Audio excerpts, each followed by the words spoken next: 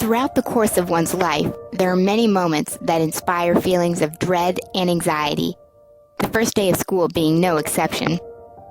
The stress associated with making sure all your clothes look right, all your books are in order, and preparing for the intimidating process of making friends are all major concerns on the minds of those stepping into their first days of their educational lives. Yet the butterflies one might feel in their stomach on their first day of school simply cannot compare to the terror that the Little Rock Nine must have felt on their first day at a racially segregated public school. Terror is defined as an instance of or cause of intense fear or anxiety, and to say that these integrating students felt simple anxiety would be an immense understatement. On September 4th, 1957, Ernest Green, Elizabeth Eckford, Jefferson Thomas, Terrence Roberts, Carlotta Walls Lanier, Minnie Jean Brown, Gloria Ray Karl Mark, Thelma Mothershed, and Melba Beals would make their first steps into Little Rock Central High School in Arkansas. Pictured here is Elizabeth Eckford, bravely making her way to her first classes in the desegregated public education system. Yet intense hatred and racism would confront her at every corner, leading Governor Orville Faubus to deploy the Arkansas National Guard and President Dwight Eisenhower to deploy the 101st Airborne Division to enforce the integration and escort the students to their classes. The sheer terror that Eckford and her fellow African-American students must have felt upon entering the explosive school grounds that fateful morning cannot be fathomed.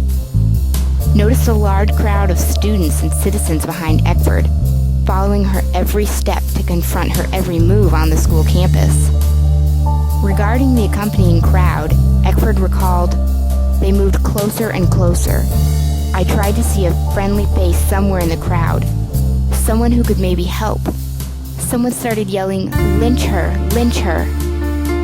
Perhaps this could have been the student directly behind her, who appears to be intensely jeering Eckford, attempting to break down her mental and emotional walls with words of unimaginable hate, in hopes that the African American students would simply leave their school. Observe the armed guards to the back left of Eckford and their tense and braced postures, waiting for the vocal protest to turn violent. While Eckford herself may have a calm look of indifference, inside it can be assumed that sheer terror has taken over. Despite a federal mandate to integrate all public schools in 1954 under Brown versus Board of Education, resistance still lingered, making the tension thicker and life harder for students like Eckford. For her, this first day of school is quite a bit more intense than any first day that anyone in the present day can imagine. Fortunately for Eckford and her fellow African American students, they would be successfully integrated, and that fateful day would simply become a memory of time past.